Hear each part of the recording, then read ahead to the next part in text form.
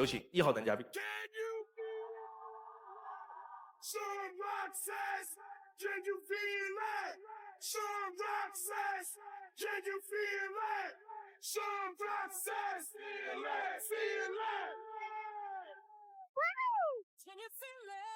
3位老师好，24位女嘉宾好，现场的观众朋友大家好，我是来自广东深圳的张鹏飞，今年28岁。来选你的心动女生。男嘉宾在选择心动女生的同时，系统已经为他匹配出了智推女生。当他进入权力反转的时候，我们将公布智推女生参与恋爱选择。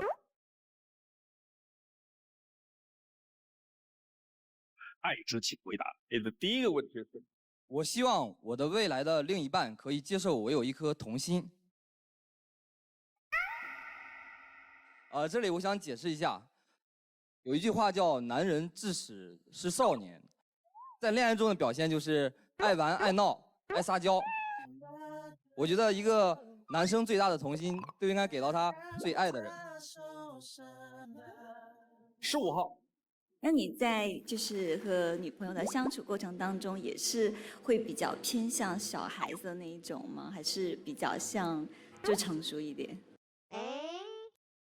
不会，我在和女孩子相处的时候，是一个比较细心的人，但是偶尔的不开心的时候也会撒一下娇，这样。你跟我们区别一下，幼稚和有童心。我觉得幼稚呢，就是可能在处理一些大是大非上，没有什么原则，然后也没有什么想法。但是童心呢，就是生活的一种调味剂，偶尔的可以去撒一下娇，闹一下，给生活增添一点色彩。我觉得是度的差别。就一个人如果到了60%以上全是童心，而且是快30岁的年纪，就有点幼稚了。但是保持在大概20%左右，80%的理性，它就恰到好处，是一种生活情趣。我觉得这个前提是有没有见过世面。见过世面还依然有颗童心，还是说没有见过世面，什么都不懂，很幼稚？对，我非常喜欢一句话叫"归来仍是少年"。你要什么都没见过就是幼稚，你见过完了还跟以前没见过的时候一样，那是真幼稚。24号。男嘉宾你好，就是你能举一个例子，让我们女嘉宾感受一下，您既有一颗童心，又呢不是很幼稚。比如说，女孩子生病了，我会特别的生气。然后呢？女孩子生病了，你会特别的生气。她这个病是被你气死的吧？我估计最后是。就是她生病的时候，我会特别的生气，就是说她没有照顾好自己。你为什么不好好照顾自己？还要我来操心？不是，或者是我也没有照顾好她，就会觉得有点生自己的气。对，生自己的气，有点愧疚。但是呢，我会依然马不停蹄、风雨无阻的去买好药，去做一些事情，让女朋友觉得很暖心，有我在她身边这样子。我懂了，他就说生病的时候我会买药，会体贴，然后我还会撒娇逗你开心。大概是这样子的。你的第二个问题。我不希望未来只做你的拎包工具人。首先呢，我并不排斥同女生一起逛街，我觉得逛吃逛喝本身就是一件很轻松很惬意的事情。还有一个要求呢，就是希望我未来的女朋友可以在逛街的时候，除了给自己买东西之外，也可以给我买一些东西，不要买了很多东西，留给我的只有一个购物袋。14号。你好，男嘉宾。那这样的话，女朋友的审美能左右到你吗？就例如，我很喜欢一件粉红色的卫衣或者 T 恤，然后我想我们穿情侣的，然后你能接受吗？粉红色前面还有个小爱心什么的。可以接受啊。只要我们穿起来很好看就好了。好，看第一条片子。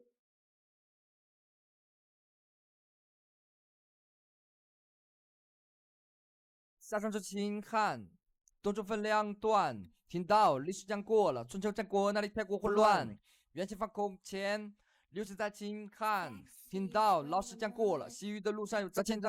烽火叫狼烟，烽火叫狼烟，课本的知识背得好烦。烽火叫狼烟，烽火叫狼烟，学好了只是能夸夸其谈。太多历史没有 punchline， 坐在教室里怀念那么烂，老师不要再讲如画江山，不如跟我学点 stand right。History teacher 是可以嘻哈在线，通过努力让你们对我有点。请同学们把历史课本翻到第1页。我叫张鹏飞，是深圳一所重点中学的班主任兼 History teacher。打瞌睡开小差这种事情基本上不会在我的课堂上出现，因为我风趣幽默。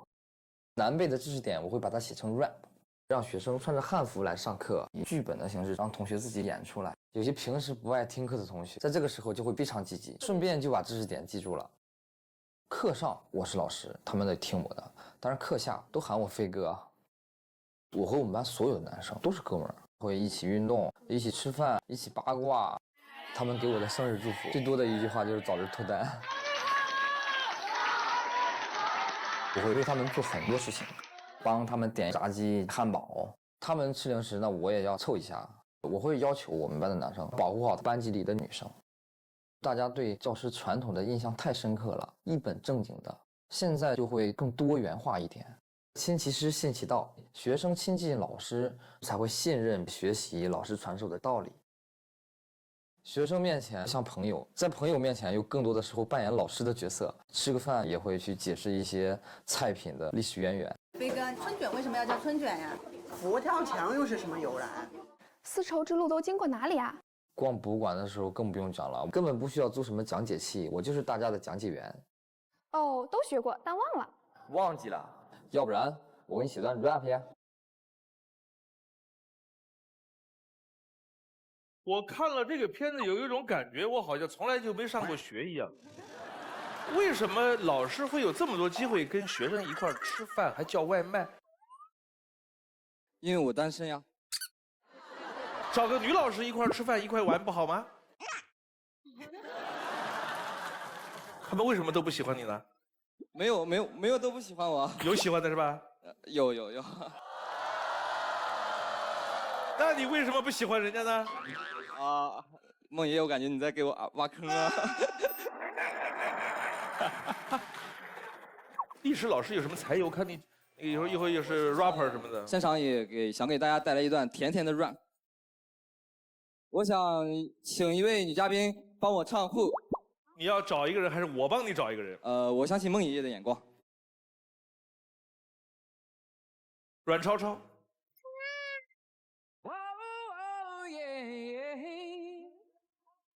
哦，可以。你什么歌？你若成风。OK。厉害啊！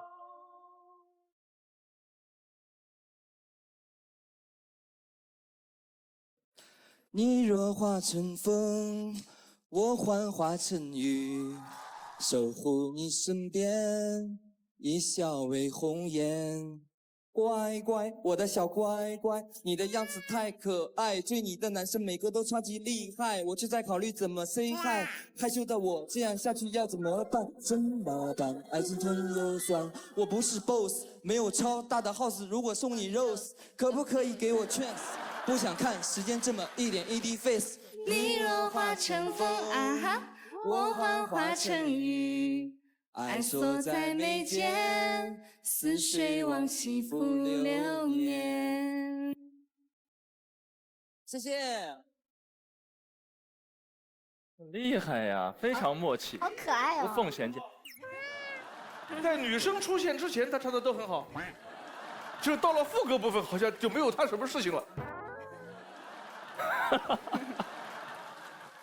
他们都是同事是吧？这个也是我们特别喜欢孟非老师的姜老师，他听到我要来《非诚勿扰》之后，2个星期前就把自己的衣服给买好了。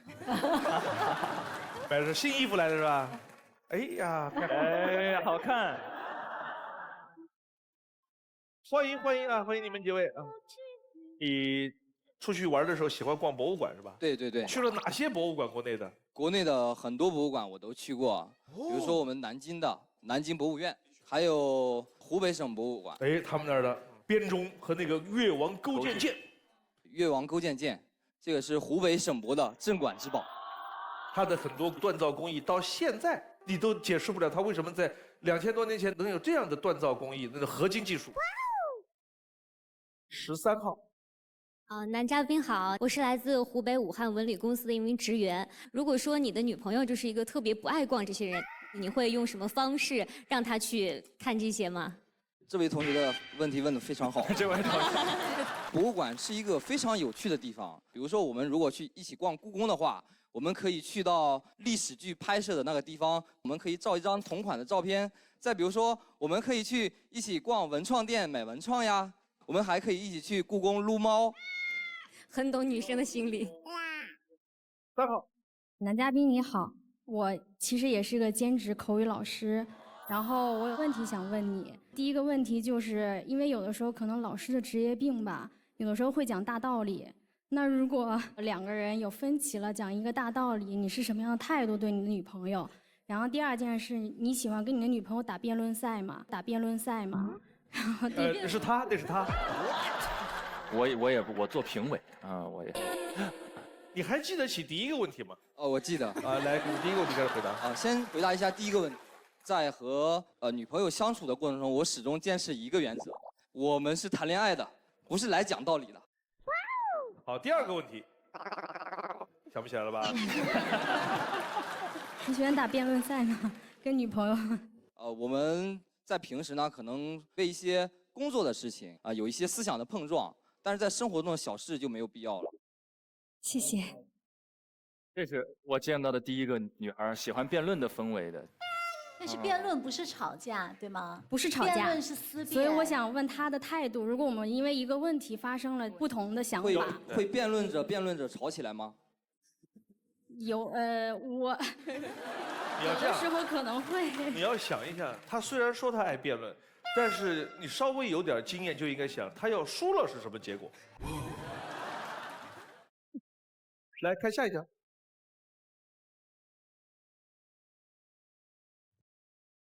30讲台上，我是游刃有余的老师，但在爱情里，我还是个害怕考砸的学生。初恋是我的大学同学。那天下午上体育课，他蹲下来整理鞋子的时候，头发无意间从肩膀上滑落下来，阳光穿过发丝。那一刻，我觉得他就是美好本身。我开始找他借笔记，给他买零食，我们自然而然就在一起了。但是自然而然在一起之后，我觉得也应该有一个比较正式的表白，这是一件很重要的事情，有必要用一些特定的东西把它记录下来。就买好了鲜花，把他约到公园，认真郑重地向他补来一个表白。但毕业后我选择了考研，他则回到老家找了一份稳定的工作。年轻的感情拗不过距离，最终还是散了。第二段感情是在研2的时候，我至今记得喜欢上他的那天，室内的灯光很暖，他笑得很甜，很多人在追求他，直到他也来找我表明心意，才终于在一起。第2天又重新给他补了一个惊喜的告白。但我们总是会有一些鸡毛蒜皮的争吵，分别的时候没有目送他走远，他就会生气，早上不和他一起吃饭也会生气。还有一个就是他不做饭，那我就做饭咯。那我在做饭的时候，他在旁边要加以指导，你这个应该这么放，你这个应该这么放，这个做的不好吃，这个东西应该这么切。你本来想给他做一个精心的晚餐，就这样搞得你什么都不想做。2个人有矛盾可以有更多的理解和包容，但往往是我退一步，他反而要进一步。我的2张爱情答卷涂改改都没有拿到高分，但所幸也让我变成一个更体贴更细心的人。2个人在一起，我觉得是相濡以沫，而不是吵吵闹闹。未来另一半，我希望是一个温暖可爱，能够互相欣赏的女生。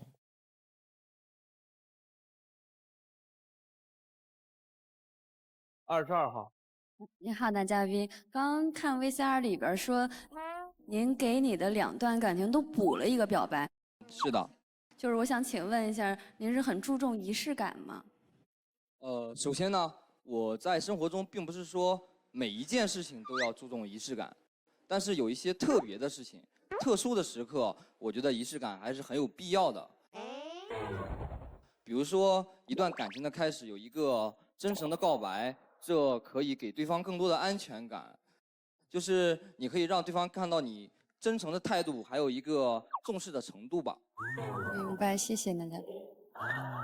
6号。男嘉宾你好，如果你的同学他们不喜欢你的女朋友，或者是背后有议论她，觉得哎这个姐姐这样好奇怪，这个姐姐怎么样，就是可能你的同学们议论你的女朋友，你会怎么处理呢？就是我觉得我的学生和我的女朋友应该不在一个比较的范围之内。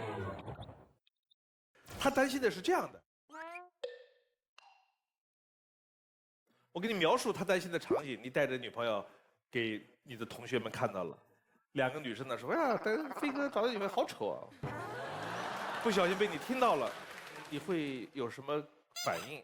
需不需要说点什么？我应该说啊，我说这些小孩子说话没深没浅的啊，童言无忌，你不要和他们纠结。小孩都爱说真话。我相信我的同学不会这样说的。你很担心这个事儿吗，6号？我现在不是很担心，我觉得他处理还可以吧。来，最后一个问题，张一飞。你好，男嘉宾。那和女朋友就是交往之后，肯定你的重心呢会有所偏移。就如果您的女朋友要求说啊，以后你下班回家你必须回家吃饭，你不可以再跟你的学生吃饭了，因为你得陪我。就是你会怎么样平衡？还有就是您对于女朋友有什么要求吗？就喜欢什么样？比如说身高啊、性格啊等等。我先回答第一个问题，就是之所以我现在和同学相处的时间那么多呢，很大的一个原因就是因为我一个人时间可以自由的支配。但是如果有了女朋友之后，我肯定会更多的去倾注于我们共同的生活。然后我喜欢一个温暖可爱的，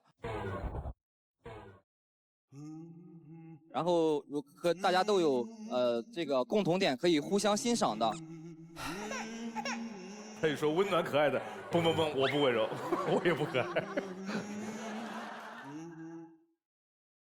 现在留灯的是3号和14号，来，有请3号、14号。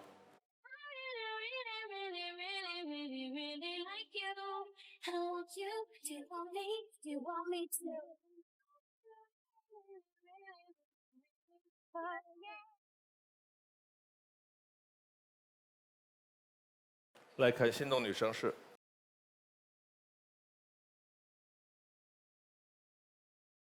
8号。哦。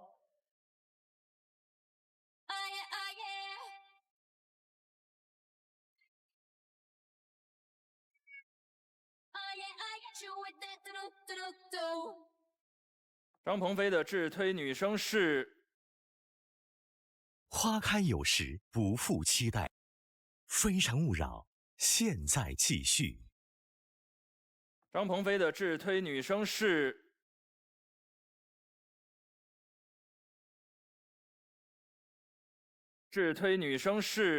张雅欣，20号。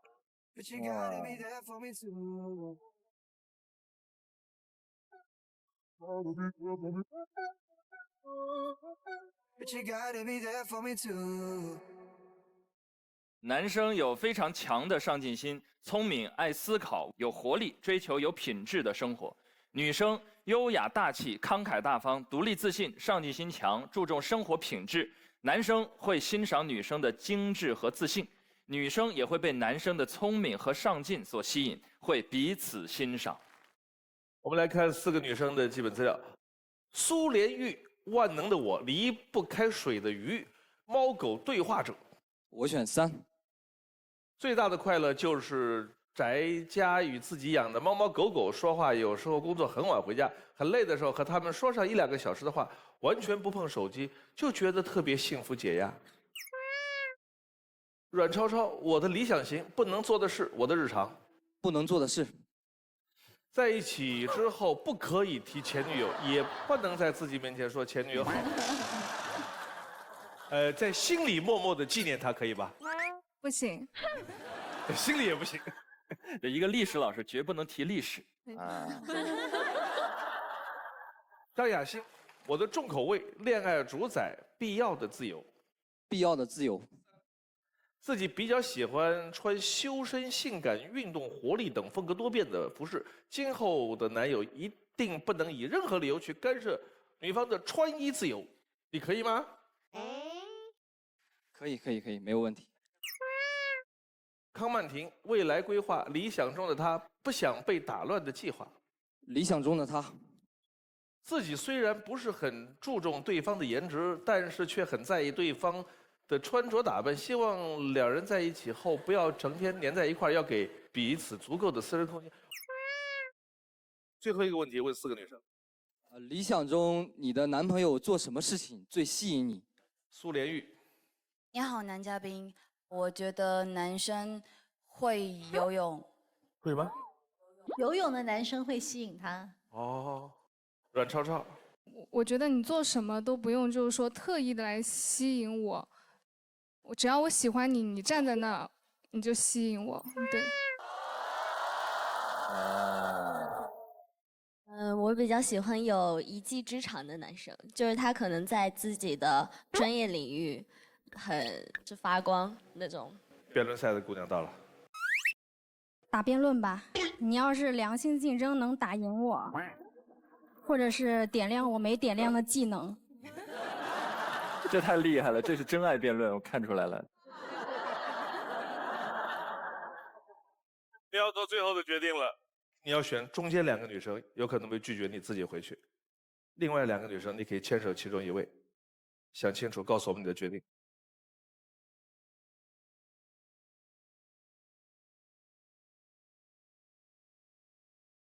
我选这边的女嘉宾。恭喜你。我的山楂树之恋，只有适合你才会纯洁，可以丢进我的底线，锁定与你的是我视线。我的山楂树恭喜恭喜恭喜2位辩手在你的身边，我保证我的爱不会变，风险又很世界，相互的情分间。每次懊恼，大约想着和我。不管相隔的距离是长或是短，能在一起的时候不要快，至少慢。有请下一位男嘉宾。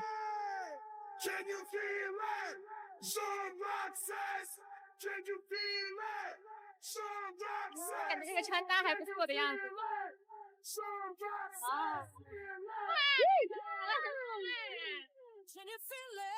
呀，真的好可爱。 24位女嘉宾，然后各位老师，你们好。我叫姜子轩，来自西安，今年28岁。来，选你的心动女生。男嘉宾在选择心动女生的同时，系统已经为他匹配出了智推女生。当他进入权力反转的时候，我们将公布智推女生参与恋爱选择。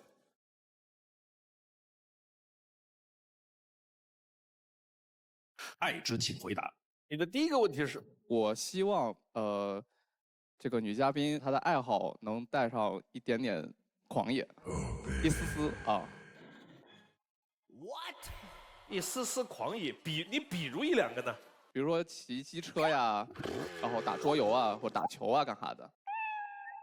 桌球还是桌游？桌球啊之类的。桌球。哦。罗罗。 男嘉宾你好，就我的爱好算狂野的吧？我除了喜欢爱好相声啊，我也喜欢什么空中跳伞啊、蹦极啊，或者什么那种深谷荡秋千那种。哇哦！那种算狂野吗？还是过于狂野？过于狂野吧。还有一丝丝狂野。你去跳蹦极的时候也穿这个吗？ 对，我穿着这个跳，天外飞仙来。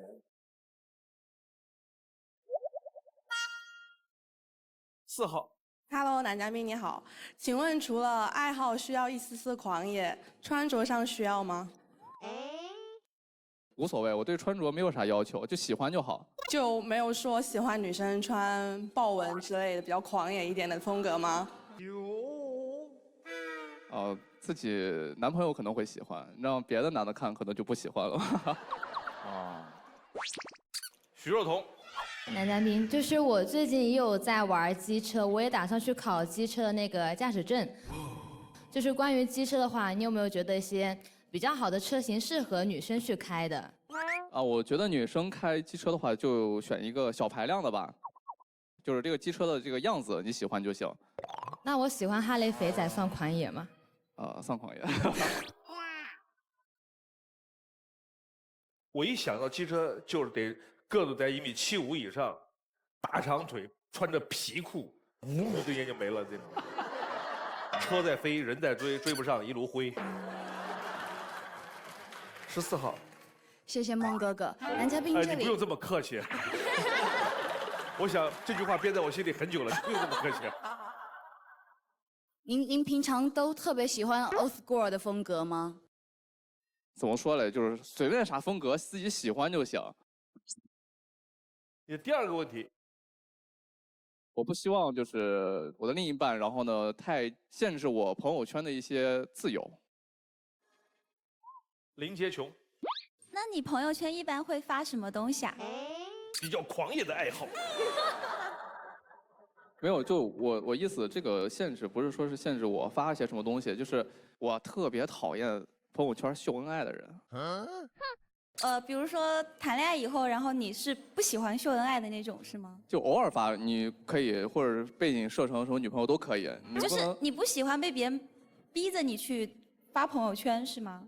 对，差不多可以这么理解。就是不能逼着他干他不想干的事儿，是吧？看第一条片子。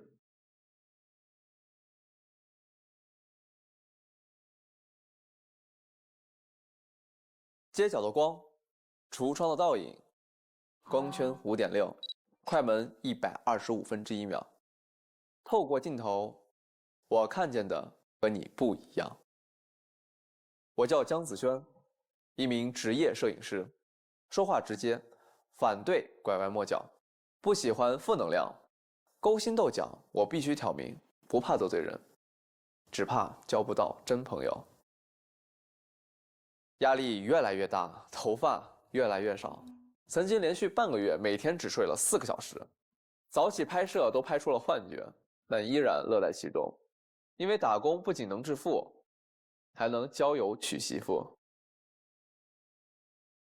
我发现身边有些朋友有换季式失眠，其实时尚来来回回就是个圈，衣服不必多，但要有自己的风格，怀旧内敛不盲从，适合我的才是最好的。一个人吃饭，一个人看电影，即便是单身，独处也要精致。脱单最好的方式就是活成单身的样子。期待能遇见一个爱笑的人，和他一起享受生活。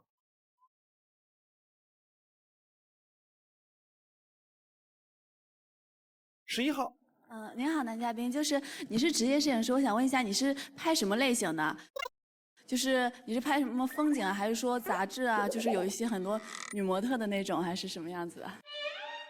那个我之前是拍人像的，后来就不拍了，然后呢就喜欢出去一些扫街呀、干啥的会多一些，风景可能会多一些。因为模特很多长得很好看嘛，然后有没有就是那种拍出情愫，对，拍出感情那种。其实我不是很愿意，就是找一个就是跟我这个职业有这个太相关的一个行业的一个女孩子吧，所以呢就想跳脱一下。好，谢谢。拍的挺好的啊，很有故事啊。这张就是所有有女儿的父亲都会很有代入感。哦，你已经带入老父亲了。为什么我没有？可能因为这个里面父亲的发型他比较。我就知道他会看这个脸。23号。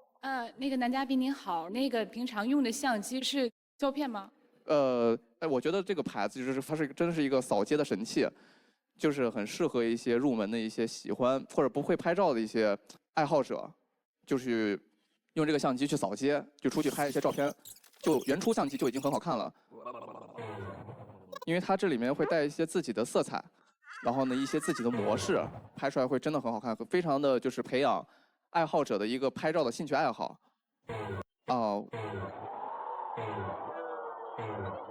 就是一说到太专业的事儿，就不爱听了，是吧？大家都困了。林洁琼为什么灭灯啊？就不爱听讲照相机的事儿是吧？因为我是觉得他是来相亲的，不是来说相机的。女生是这样的，我不要听你用什么相机，我也不要听你用什么镜头，把我拍美了就好了。至于你用的什么相机、什么胶片，还是什么修不修图，我不要知道这些，我的脑子处理不了这么复杂的事情，你把我拍美了就行了。我觉得9号的那种心态是在女生当中是比较有代表性的。对于男人喜欢的某些那种器材类的东西啊，是我有点排斥。你让有多少男生会对口红就红嘛，对男人不就是红的吗？哎，女生能分出40、50种红来。哎，但是你反过来，如果有一个男人呢，稍微表现出对女性的这用品有一点耐心呢，女孩觉得哎，这个男生你看，他就不像那些很粗暴的男人。哎，行，不要问我，你自己看着办就好了。反过来，同样的，你看，像许若彤刚才说到对机车的喜爱，23号女生她对照相器材有一点这些方面的兴趣的话，会和男生之间1秒钟就会建立很多的沟通的点，愿意讨论一下这个。我觉得能够在男女之间找到一些共同的这种话题，这一点很重要。13号，我感觉你应该是一个特别那种爱自由的人。我想问一下，就是如果说你以后有女朋友，是不是会希望女朋友不是那么粘人，或者说2个人比较独立的那一种？我觉得现在就是2个人相处咋说呢，一定要有一个私人空间，这必须得有的。要是2个人天天粘在一块儿，多多少少都会有矛盾的。好，谢谢。王子怡，男嘉宾，就是我觉得你刚才在短片里边那个长发，然后很文艺的样子就很好看，而且我也挺喜欢复古的这种感觉。但是我就想有一个问题，就是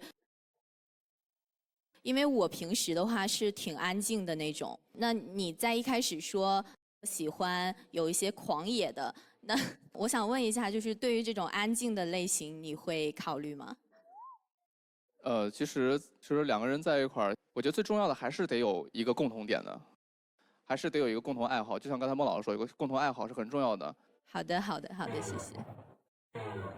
1号。是这样的，我看 VCR 里你就是特意说了一下自己这个衣品的问题，就是你平常穿着就是这样的吗？对，我平时穿着就这样子。哦，就特别像一棵树。哎，你别说，你看这个裤子颜色确实像树干，对，这像树叶，除了头顶上不能有这个之外，不是特别茂盛的树。要分跟谁比？我想问一下，就是如果你的女朋友不喜欢你这种穿着，你会接受她的意见去做一些改变吗？那肯定的嘛，因为我觉得一个人穿搭就是他会陷入自己的盲区，就你觉得你的穿搭很 OK， 但其实你不知道你的穿搭已经很雷人了已经。我一般真的会很考虑别人的一些建议干啥的。善意的开个玩笑，这个领域我也不是太懂。但是我知道一个常识，就是墨绿色和咖啡色这2种颜色做主色的话，对肤色的要求很高。这2个颜色要慎用啊，要慎用。可是你不觉得23号跟他那个颜色，我觉得还是有自己的风格。23号多白呀！我是被雷给击中的树。看下一条。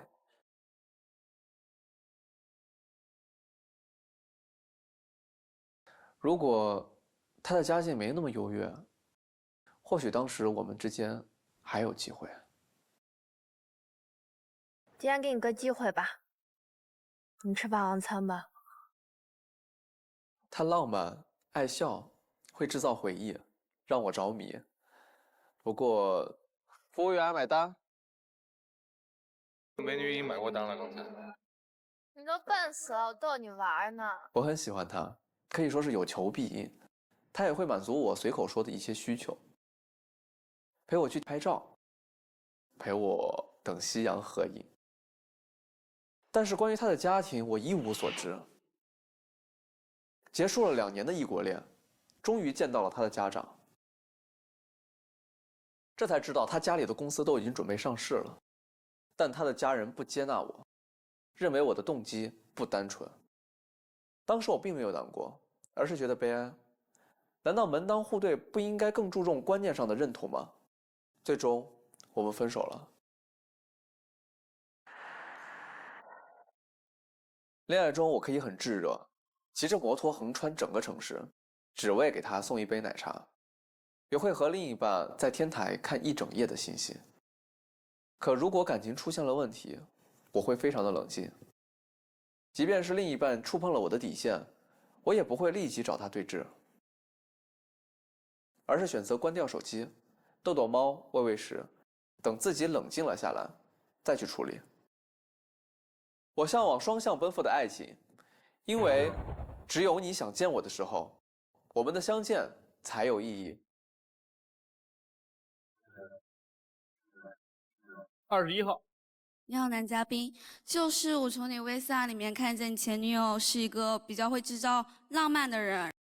像我也不懂机车这种比较狂野的爱好，也完全不懂相机，我也不会把衣服扎在裤子里。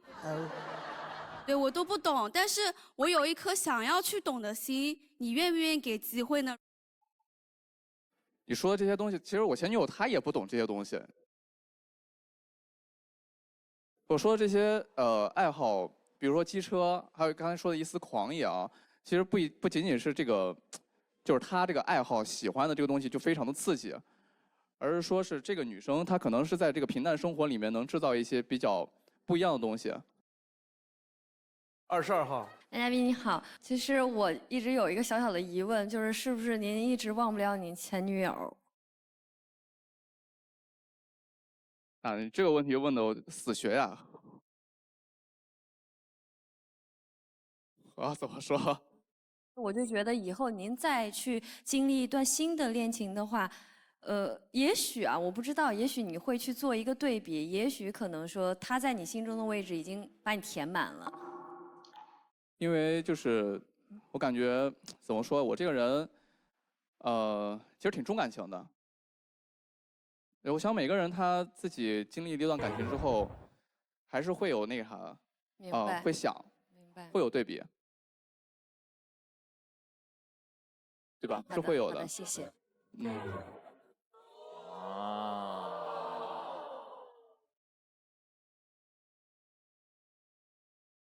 其实啊，我挺重感情的，砰。还有最后那几盏灯，就是肯定是会有对比。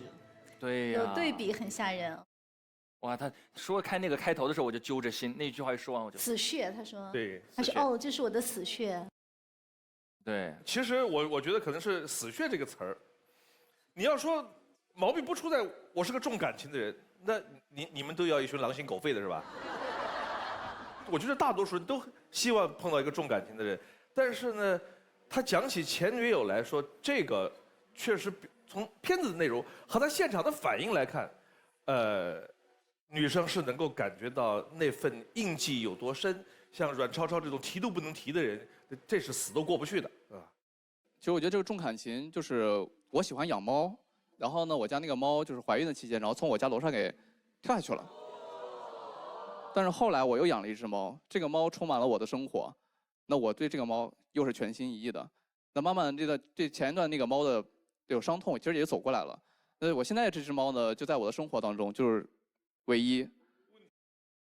问题是这只猫它不会问前一只猫的事儿啊，你也没有义务跟这只猫说前面那只猫跳下去是怎么回事啊？对呀。就是我对每一个就是感情干啥的都挺重的，但是走出来之后，就是心里面只能放一个人。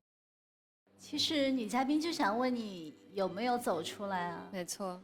哦，那现在还没有一个，就是能够填满我心的一个人。还没有新的一只猫来吗？不是。对啊。他说的一种思路，就是很多年轻人谈恋爱的思路，怎么样走出上一段感情，就找一个新的人。他只是说想要这个人帮这个人新来的那个人满足他那种害怕孤单的一个心情。男女朋友在交往的时候，在对方面前提不提前任，我曾经总结了3条，我自己觉得放在他那儿还挺合适的：不主动提，不要回避提，不要提细节。然后有一个小小的指标可以看你有没有走出来，你可以问自己，就是那个前女友她家庭原因最后跟你分手了，他家里同意了，他回头找你，你还答不答应？如果你心里犹豫了，觉得哎那也挺好，就没有完全放下。那应该是没有完全放下，能看出来。祝你开始新的。可惜不是你陪我到最后，曾一起走，却走失那路口。有请下一位男嘉宾。花开有时，不负期待。非诚勿扰，马上回来。非诚勿扰，现在继续。有请下一位男嘉宾。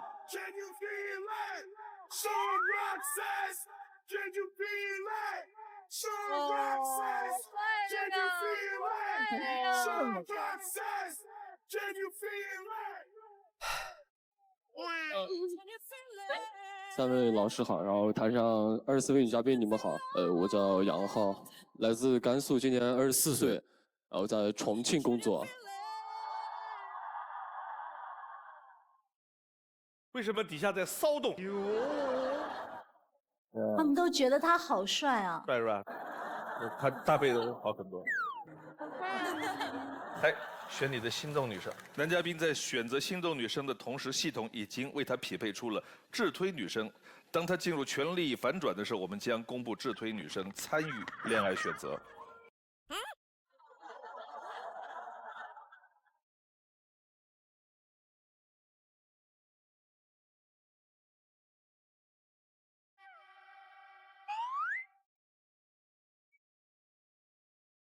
爱之请回答。你的第一个问题是？就是希望那个我的另一半不要介意我笑得太少了。什么？我发现他的面部的肌肉有轻微的这个抽搐。21号。你好，男嘉宾，为什么你不喜欢笑啊？为什么？啊，因为我笑起来比较丑。什么丑？你笑一个我们看看。哎，不要笑了，不要笑了。好看，好看。反正我妈还有我身边的朋友就说我笑起来丑，你不要笑，比较好看些。亲妈！我真的觉得挺好的，笑起来很可爱啊。对，哎，他一笑就低头。他有哪一点会影响了你这个在笑这个问题上不自信呢？因为我有次大学回家，然后我刚一开家门，然后我把我的行李箱给我妈，我就笑了一下，我妈说啊，好丑啊，好丑啊。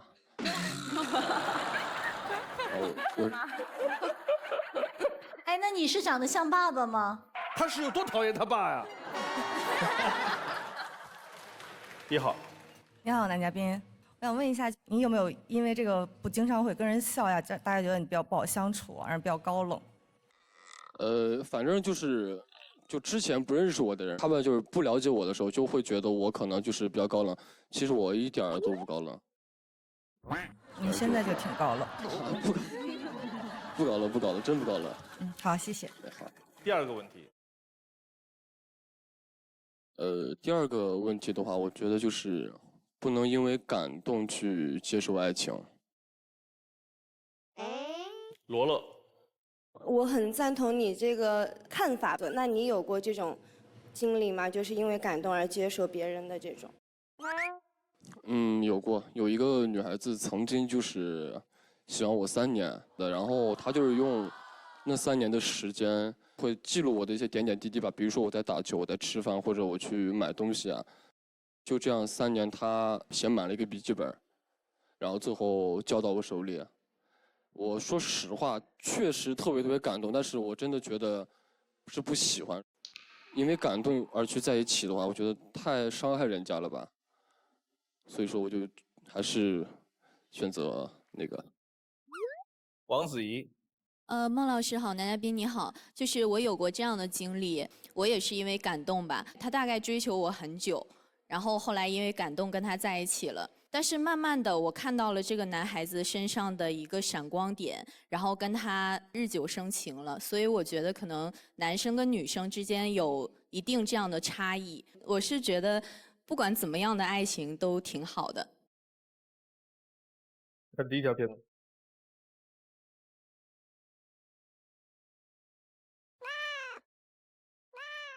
啾啾，起床吃饭啦！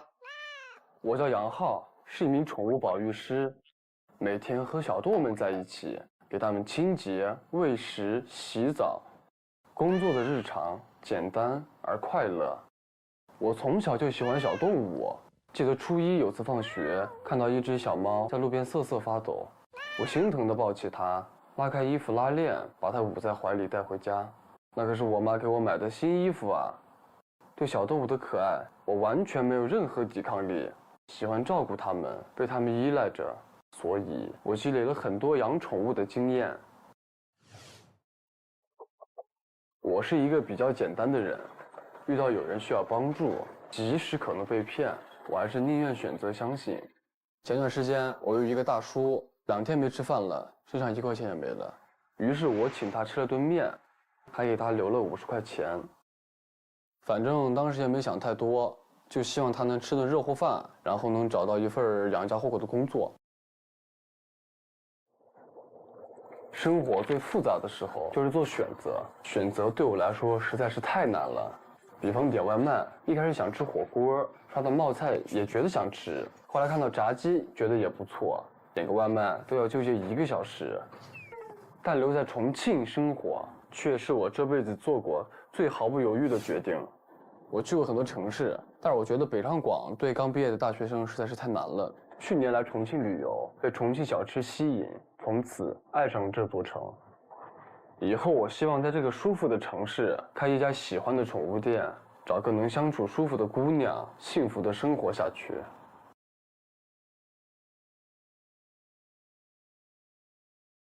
你是现在生活在重庆，但你不是重庆人，你是哪里人？甘肃张掖。张掖。京张掖迎武威，整个河西走廊是2个特别重要的古时候的城市。哦。最喜欢重庆哪几点？我觉得重庆人他不排外，热情。对，特别热情。火锅一样。对，还有就是美食。你在那儿待了多久啊？待了1年。才1年是吧？对。夏天也过了是吧？对。过过夏天还能喜欢，那就是真的喜欢了。你说你这个选择困难症是在某一些领域是这样，还是只要面临选择都困难？是某一些领域吧。比如说点菜是一个领域，对不对？哎，对。还有呢，选择衣服。对，我选择衣服，我可能一件衣服要纠结1、2天吧。那你这事出门可不容易，那纠结了好几天的产物。那有没有哪些事情你是毫不犹豫的？工作吧，工作会毫不犹豫。他的这个性格有点类似于我，就是这种，越小的事情越纠结。但是比如说大事，在哪个城市生活、工作，这种大事不纠结。18号。我想问一下男嘉宾，就是你是不是比较喜欢像猫咪一样的女孩子，就是粘人的，喜欢吗？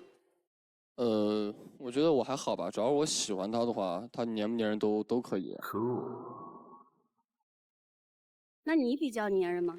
我也还行，就是不是很粘吧。你也还小，还是你也还行啊？我也还行，还行。我觉得我还小，长大了就粘人了。啊，来5号。男嘉宾你好，我看到你的职业是这个宠物保育师。有一次我进这个宠物店，在这个兔子的区域发现一种很贵的兔子，然后标签上写的是龙猫。然后这个宠物店员跟我介绍说，它其实是一种高冷的鼠类。所以我想问一下，你了解龙猫吗？而且它真的高冷吗？我们店里不卖龙猫。这个我有限的精力啊，告诉大家，在这个行业里边啊，卖家也良莠不齐。我就举个例子，我做新闻主播的时候，一个小孩子跟妈妈去逛南京某著名的市场，看到一个粉色的小香猪，这么点大，特别可爱，耳朵还有点小黑点儿，小香猪，就跟他说：“这小香猪啊，永远长不大，就这么大，又干净又漂亮，粉嘟嘟的，谁不喜欢啊？那小姐啊，妈妈我要买，买一对儿，买回家养，多可爱。过了半年多，打电话到我们节目来投诉，那个猪已经200斤左右了。关键是什么呢？小朋友的世界是充满着童心的，他有爱心了，知道吧？他跟那个200斤的那个猪一块儿成长，伤害了一颗幼小的心灵。所以你们这个行业发展要诚信，要规范，对吧？11号。男嘉宾你好，就是我看您有那个选择纠结症嘛，然后因为我也是，就是我平时自拍拍了很多张，然后我就全部发给我好几个朋友，然后让他们帮我选我哪个好看哪个好看，然后他们就说你别再给我发了，其实都差不多。然后我在想，你就是找对象，你会考虑跟你一样差不多有选择纠结症，还是比较理性一点，然后就帮你做决定的那种呢？其实我纠结的事儿就是一些琐事儿。就像你说的那个，就是照片啊之类的，要是我的话，我绝对能帮你挑出来的。我的眼光还是可以的，我觉得。假如吃饭呢，就我吃饭也会有点选择纠结症。如果咱俩一起吃饭的话，咱俩还能吃上饭吗？我在想。他们俩就要到饭店去点菜，估计到10点半，服务员说：“你们俩到底吃不吃？我们要关门。”他的困难症已经严重到什么程度了？刚才上来的时候选心动女生的时候。他摁的随缘，转，听下来是谁就谁。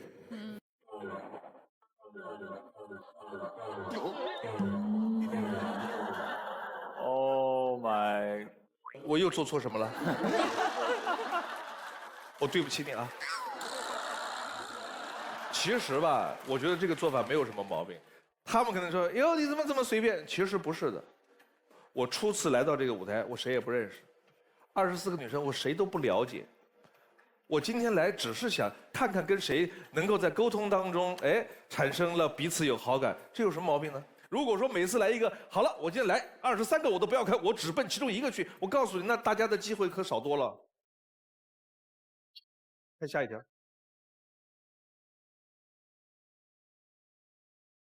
初恋就像一场梦。刚开始青涩而美好，我们不在一所大学，那时候用 QQ 聊天，会互相登录对方账号。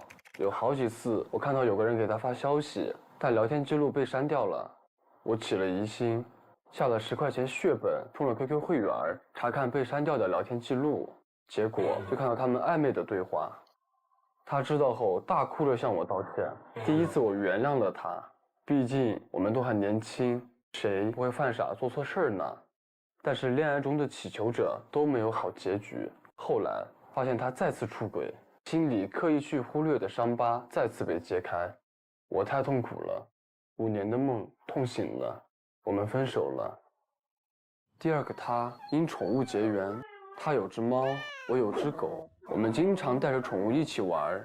有次狗狗在他家偷吃猫粮，被我惩罚不许吃东西。他的猫看到后，主动把自己的猫粮扒给狗吃，猫猫和狗狗成了好朋友，我们也自然而然地在一起了。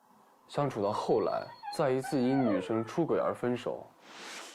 朋友说我长着一张花心脸，但其实我不泡吧，不蹦迪，对感情很认真。我很困惑，遇到的女孩类型怎么都如此相似。我也反思过，是不是相处模式有问题。以前我很少把爱挂在嘴边，喜欢用行动表达，但女生是听觉动物，以后还是要学会说点甜言蜜语。我还是相信爱情的，相信我会遇到那个温柔善良、彼此珍惜的女孩。之前想要爱得轰轰烈烈，但经历过后才觉得平平淡淡才是真。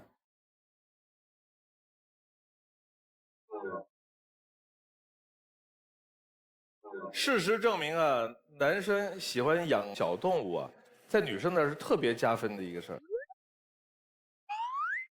李美霞，男嘉宾你好，就是你的2段感情，我看都是对方好像就是出轨才导致的。你现在有没有就是知道跟他们相处方式哪里会相似，才会导致他们这样？其实具体原因我也真的不知道。但是他们都有一个共同点，就是分手之后就会来找我和好。那你有没有和好？没有。哦。那和好了上这儿来干嘛？24号。啊，男嘉宾你好，我在想，会不会因为您的这个性格比较被动，导致的这些呢？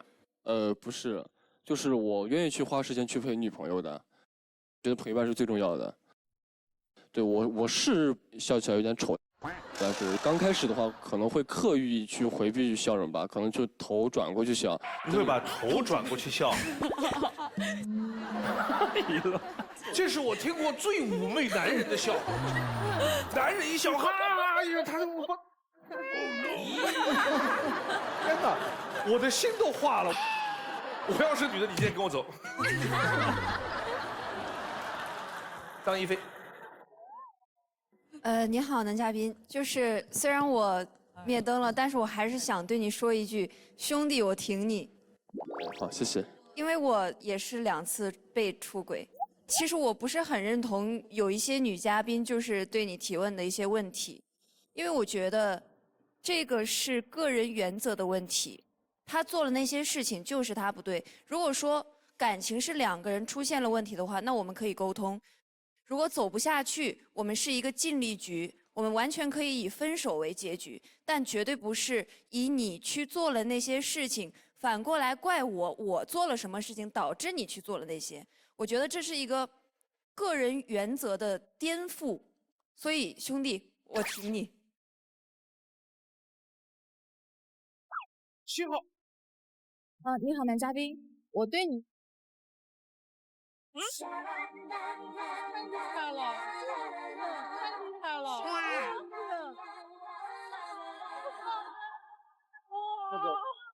好，特别好，罗乐，你说话。我刚才指了半天的手，都等不及了，然后我就是憋着让你爆灯。就。男嘉宾喜欢宠物嘛，然后我也是，我有2只猫，然后我们俩的感情经历也很像，我就觉得我们2个还蛮合适的，而且我挺喜欢你说话的调调的，稳稳的又呆呆的，感觉你很可靠。这是期待默契，不一言一语。其实我爱的是你，是你。烦恼的是我，虽然不清晰，但我会很努力。太好了，太好了，很合适，很合适。来，罗乐，让你问最后一个问题。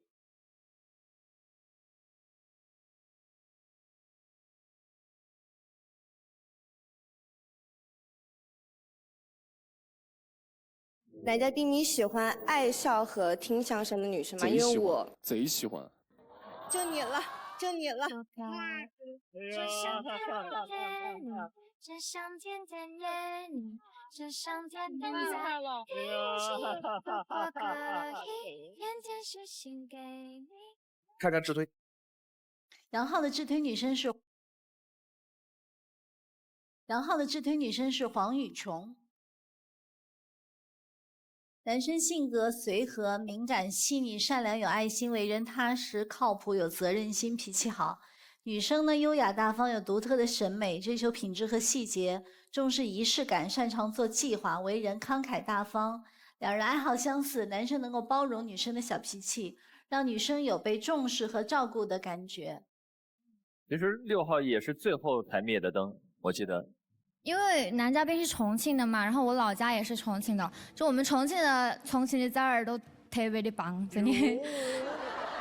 但是我灭灯的原因是因为就是我也有选择困难症，就是我的困难症已经严重到我早餐想要吃馄饨，想要吃面条，然后又想要吃油条，我就会全部都点一遍。所以我觉得这2个选择困难症在一起的人真的会很困难。最后一个问题问2个女生。就是你们会以什么方式去表达爱？罗乐。行动吧，语言都有，就是你可以用听的，可以用看的，也可以用感觉的。比如爆灯就是一种行动。爱的不可思议，全世纪的默契，甜言蜜语。其实我爱的是你，是。黄宇秋。我觉得就是像我们的话，应该说的都比较少，可能是默默的行动。但是我觉得其实说也很重要，两个都要结合吧，去表达你的爱意。谢谢。来，罗乐，最后一点时间。我怎么放这样的音乐？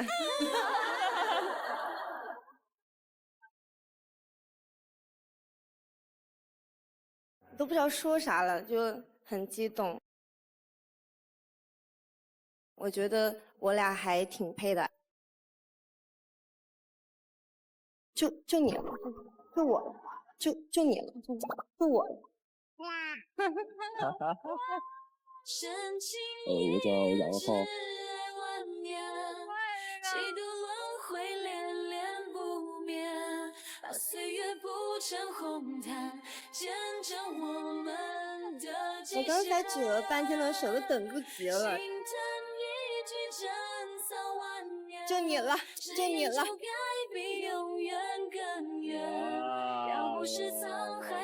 太好了，很合适，很合适。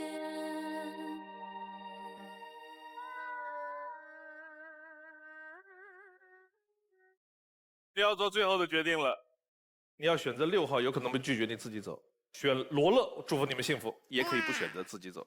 你的决定是？非诚勿扰，现在继续。你的决定是？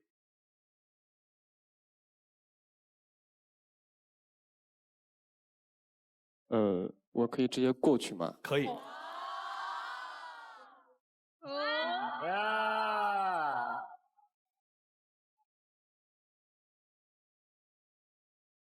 深情一眼，挚爱万年，几度轮回恋恋不眠，把岁月铺成红毯，见证我们的极限。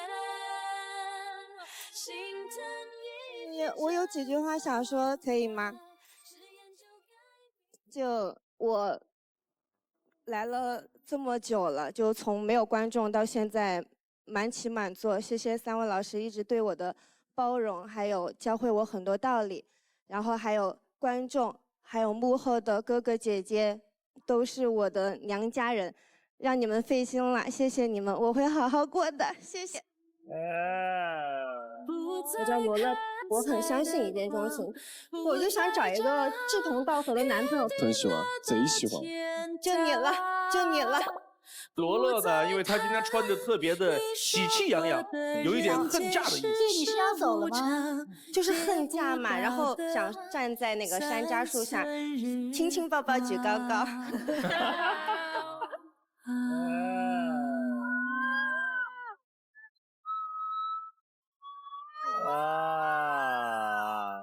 这罗乐很主动哈，很主动。你有选择困难没关系，我来帮你。就是他喜欢这个类型，而且他就是专克这种选择困难症的，所以他刚才拉票没说别的，就我了，快点，你快点。我跟你说这句话，我刚才脑子一直停留在这句话当中。我这么多年，我听到过那种花式表白，什么样的都有。这一款我第一次见到。行，就我。有请下一位男嘉宾。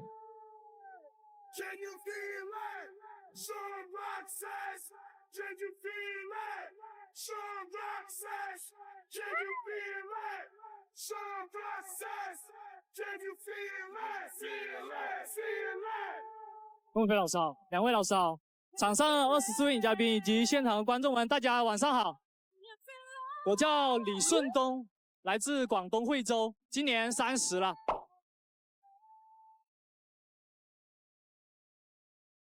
老师，我想来开场跟你来个现场互动，是我梦想。就是来个 Give me 5，哎耶！你的梦想结束了？对，结束了。来，从那边下场。很好玩啊！来，选你的心动女生。男嘉宾在选择心动女生的同时，系统已经为他匹配出了智推女生。当他进入权力反转的时候，我们将公布智推女生参与恋爱选择。爱之请回答。你的第一个问题是，我希望你叫我的曾用名。你的曾用名是什么呢？你猜 ？What？ 这怎么猜得到？他现在的名字叫李顺东，原来的名字叫李猜。哦，他的曾用名叫李。叫李猜是吧？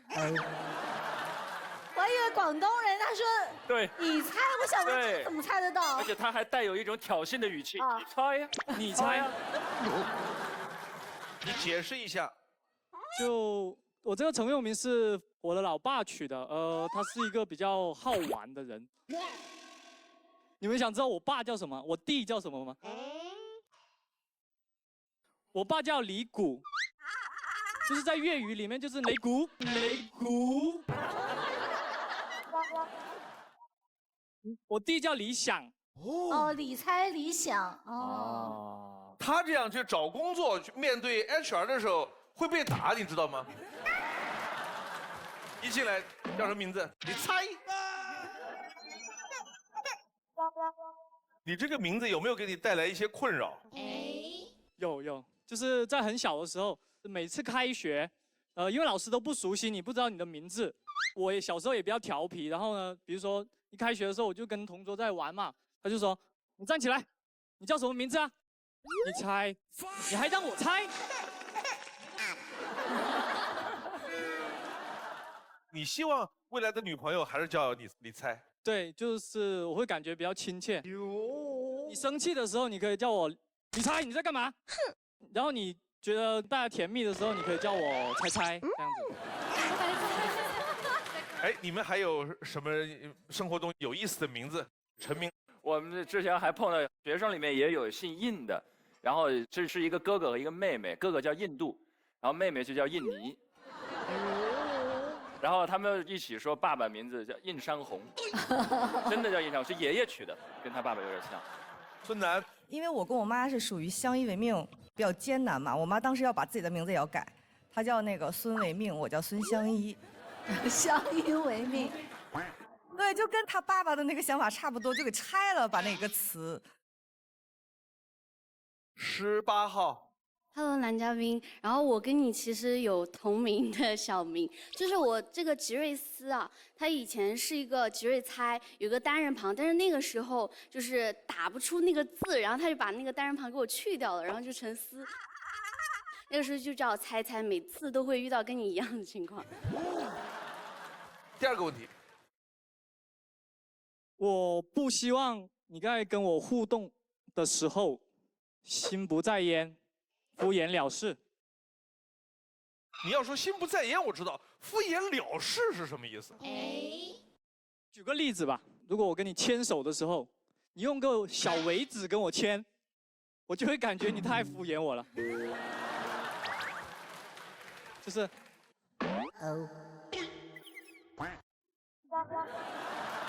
那也许是人家女生的一个小情趣呢，哎，小调皮呢？对呀。这个是看场景了，比如说我们本身就去吃饭逛街，其实挺甜蜜的嘛，然后牵手，然后孟老跟互动一下。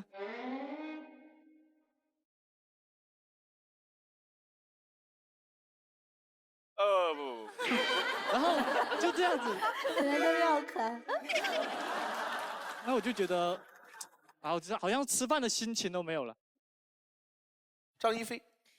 你好，男嘉宾，就是我觉得，其实对于我们女生来说，这就属于很甜蜜的一种行为啊。对呀，我就这个意思，你看。我再举个例子吧，就是可能我认为的很甜蜜是怎么样子呢？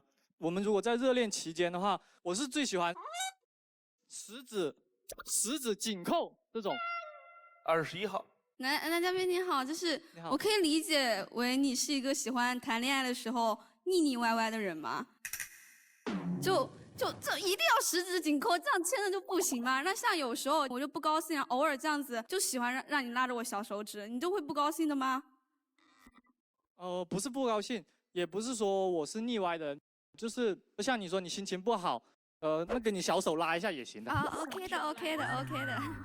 我觉得它是一个象征性的说法，对，就是很希望在恋爱当中非常非常热情，非常非常亲密。大家是一种默契，我觉得就不是我说，哎，来十指紧扣吧，然后不用我说，然后你就会主动，哎，然后我也突然间十指紧扣，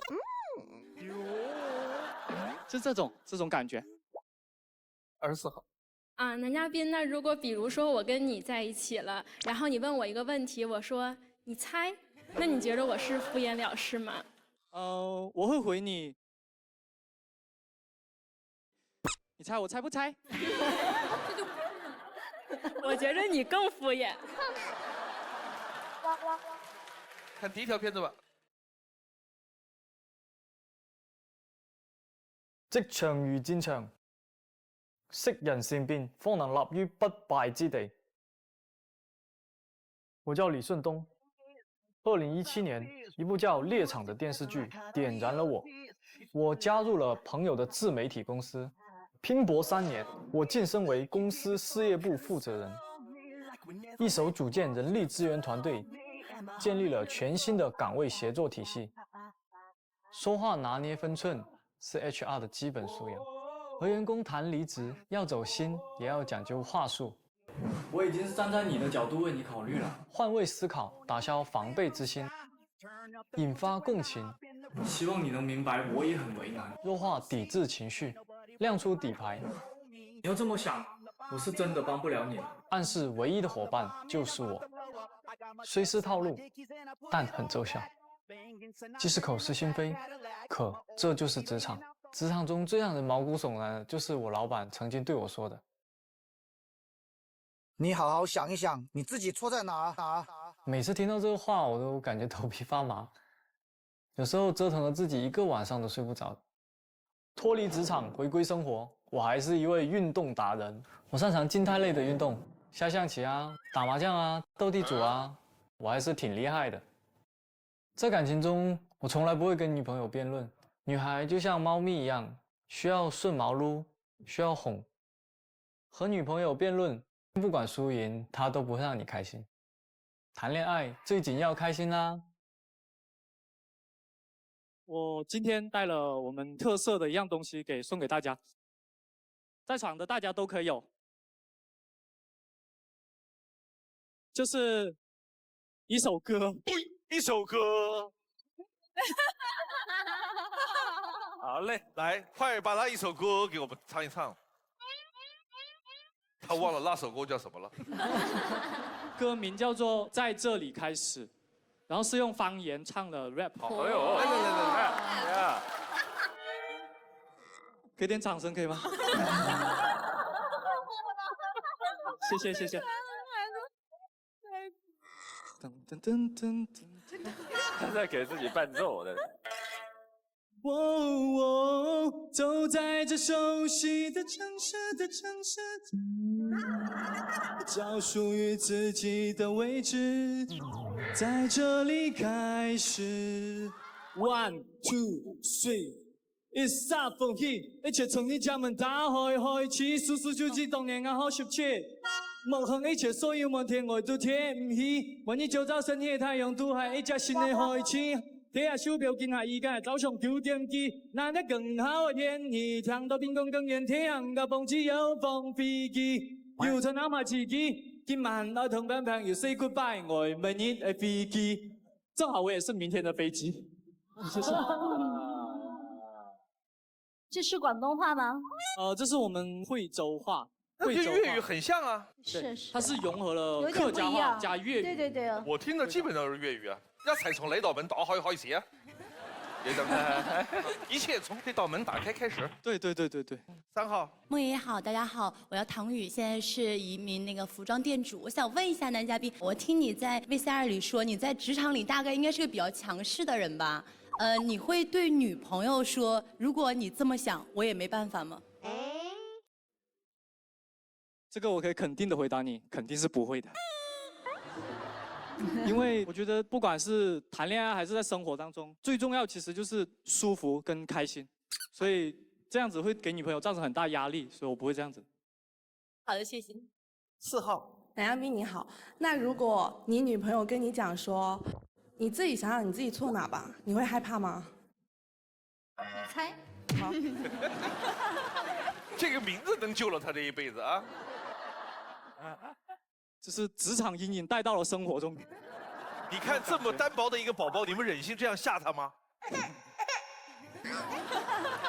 王子怡，男嘉宾你好，你好，我想问一下，你说女孩子要像猫咪一样顺着哄，你如果跟女朋友吵架的话，你是怎么来哄她开心的呢？我发现，为什么都喜欢问如果跟女朋友吵架这个问题？在我这里，我感觉就我不会跟你去吵，哪怕是你错了，我也会觉得是我自己错，因为我吵赢了你，你绝对会让我不开心。然后你吵赢了，我就不开心。那么既然大家都不开心，那么我为什么要跟你吵呢？那假如说这个女孩子她就是这一天，她可能工作不太顺啊，或者她遇到什么事儿啊，她就不太开心了，回家，那你怎么哄她开心呢？我会问一下她到底怎么了，她愿意跟我讲的话，我就会聆听，然后我就会安慰她。如果不愿意跟我讲的话，我就会让她安静一下。好的，谢谢。阮超超，如果另一半和我讨论的是一些话题，那我允许他和我有不同的观点。但如果是既定事实，那我是不会给他机会跟我争论的。你还喜欢哪些静态的活动？打麻将啊，斗地主啊，下象棋。我觉得下象棋的棋摊旁边一定是广场舞，这是一个组合。你应该顺便问问他女儿多大呀？看下一条。喺嗰段感情中，我係佢唯一嘅依靠。一次旅行中，一位很投緣的阿姨把她的女兒介紹給我。她開朗熱情，但我漸漸發現，她在之前的感情中受到的傷害還沒有恢復過來，而且她還有抑鬱症。在這種狀態下離開她，感覺自己挺不人道的。後來我跟她去看了廣州的醫生，陪伴了她差不多1年。痊癒之後，女孩提出了分開，我才明白，自己只是她生病時候的寄託。這段感情其實從開心到煎熬，她也是只是把我當一個替代品。難過有，但是也有感覺把包袱放下了。後來我又談了一個新的女朋友嘛，有一天前女友發信息給我，說她媽媽住院了，要跟我拿錢。當時女朋友就在旁邊，知道後很生氣，但我私下還是轉給了前女友的爸爸。當時還愛你前女友嗎？也沒有多愛了，可能更多是種情誼吧，像兄妹、家人。我和女生相處不接受曖昧，我不希望兩人在確定關係前有太多曖昧的小動作。我不介意你的過往，期待與你美好的未來。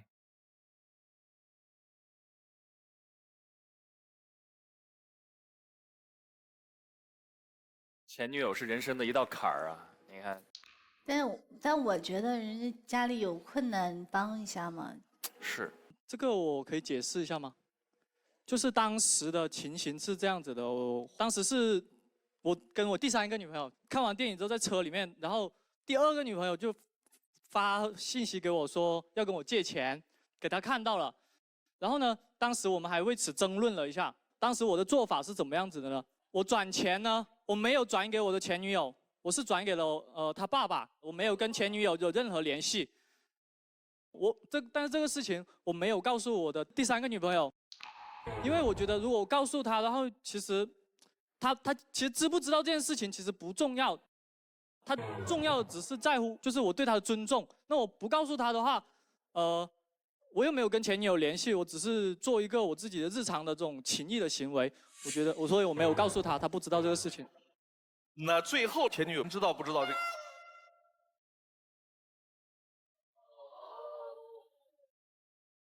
哦呀，怎么灭得这么快？我都没反应过来。你觉得灭灯的原因主要是什么？有没有人要愿意跟他分享？来，13号。其实我觉得这个问题对于女生来说是一个理解与接受。就是作为一个普通朋友来说，我会觉得你做这件事情非常仗义，你是一个非常有责任心的人。但是如果说作为一个女朋友的话，我理解你，但是我并不接受这件事情发生在我自己身上，因为我觉得这个前女友这个事情，就完全像一颗定时炸弹，会影响我们的感情，多多少少我都会有情绪上的不开心，所以我觉得所有的女生都会因为这个介怀而灭灯。怎么做你觉得会好一些呢？女生觉得有没有什么建议？在我这儿无解，我好不接受这一种啊！就是我知道他做的是对的，但是我还是好气呀。6号。我是觉得，因为有时候一些前女友来找你的话，她对你示弱，或者是告诉你她有困难，她可能只是把她柔弱的一面表现出来，然后想要你去关心她，然后再旧情复燃。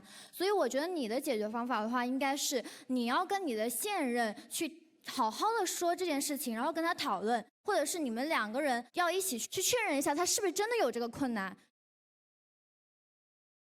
24号。其实我不是很同意说人家女方家有很困难，比如说生病重大疾病借钱，是女生想跟你旧情复燃，谁会用这件事儿旧情复燃？对，我也是觉得。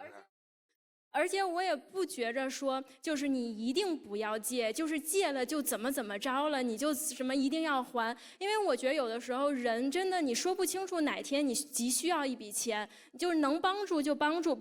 我觉着最重要的解决方法是让新的女朋友感觉到你是尊重她的，你跟她会比较近，而不是你跟之前的比较近。王子怡。孟老师好，男嘉宾你好。就是借钱这件事没有问题，我主要的问题就是觉得你当时隐瞒了你当时的那个女朋友，隐瞒和欺骗是对我来讲做的不太好。如果是我自己的话，我的解决方法就是，我觉得男生应该把这件事情好好的跟我沟通，就是你得先说明情况，然后让我理解，而且你要以你女朋友的身份把这个钱借给他，然后并且打借条。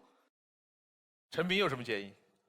花开有时，不负期待。非诚勿扰，马上回来。非诚勿扰，现在继续。陈斌有什么建议？我就一直在想，这个如果是我老婆，她怎么做，然后我要怎么跟她讲？我觉得她的做法可能跟刚才王子怡说的方式可能会比较类似一点。我心里其实最优的选项是，那她说她来借，那这个事你就不适合出面了，写好欠条。2年或者5年还清就好了，那这个事情就是完全是把它彻底的梳理成一个朋友之间的关系。对。也到我发表一下看法的时候，要是我来处理，要有2个特别重要的前提判断。第一，要判断是真的他们家有难要帮忙了，还是有可能通过某种方式来产生情感上的链接。第二，开口要帮助的那个金额有多大，是否足以影响我和现在的女朋友将来的生活？这来判断什么意思？第一，如果对方家里边确实父母得重病的这种情况，我觉得作为一个基本的人的情谊啊，也在我们能够帮的范围之内。第二，男人在跟另一方共有财产之前，你是有权利独立处置这个钱的，但是女方的知情权和你的感情也必须做一个考量，这是我的一个判断方式。我想跟那个女嘉宾说一下，我觉得当然有几个人是对前女友特别敏感、特别感冒、很刺痛的那种状态。我觉得其实你想啊，如果说你现在有一个男朋友，他如果曾经有过前任，有2种可能。第一种情况，如果说他有情谊或者什么有竞争者，你该怎么办？你的心态是什么？你是自信的，还是自己已经慌了？对吧？第二种情况，如果他跟前女友已经没什么感情了，你这么敏感，你这么害怕是什么？是你过去感情中的创伤给你带来的。那如果你还带着原来的那个模式跟现在这个男朋友相处，而看不到他真实的样子的话，也经营不好一段感情。所以我觉得就是靠强势、靠恐惧是吸引不到真正的爱情的。好的，这个案例教学我们就到这儿啊。你临走之前还有什么要交代我们的吗？我想在临走前做一件事情。我征询过孟非老师的同意了。可以，你说吧。就是不管成不成功，但是我觉得我还是要做一下。我想跟我拍这个 VCR 的那个导演、编导表白一下。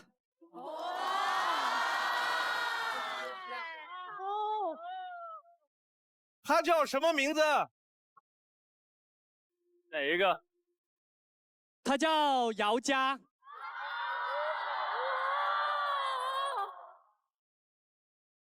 在哪儿？来，把他叫过来，在不在？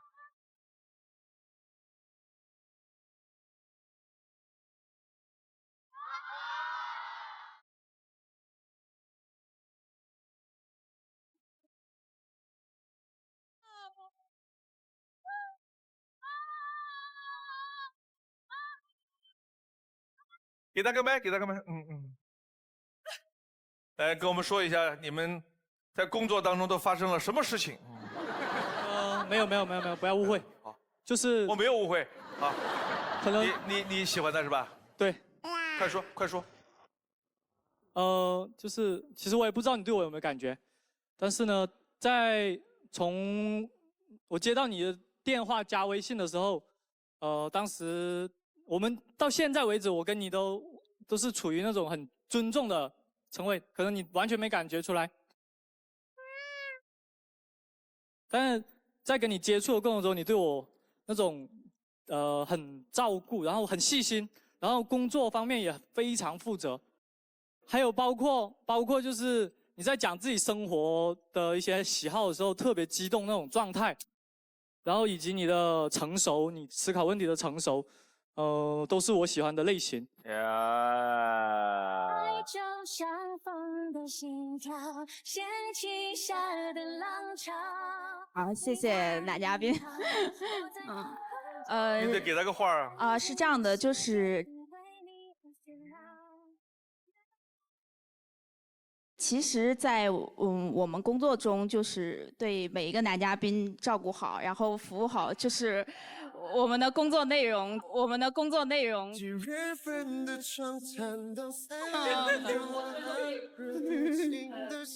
可能会造成一些误解，但这是我们就是工作负责任的一个表现。还有就是因为你在跟我沟通的过程中说过，就是其实你是喜欢姐姐型的，然后比较成熟一点的女生。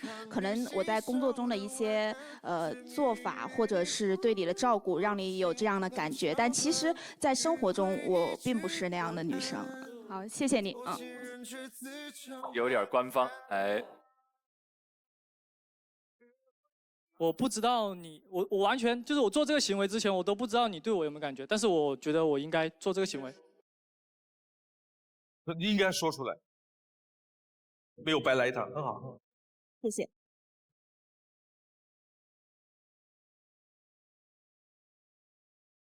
再见。拜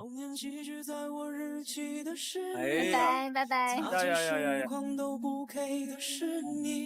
暗恋是一个人的事情，除你之外都知道这个秘密。你明明是从未拥有过的。谢谢收看今天的《非诚勿扰》，下期同一时间再见。往前一步是幸福，退后一步是孤独。在原地不动是为了看得更明白，爱情不能不清不楚。往前一步是幸福，退后一步是孤独。在纷纷扰扰之间，我冰凉了双目，超能与我相爱的人一起到。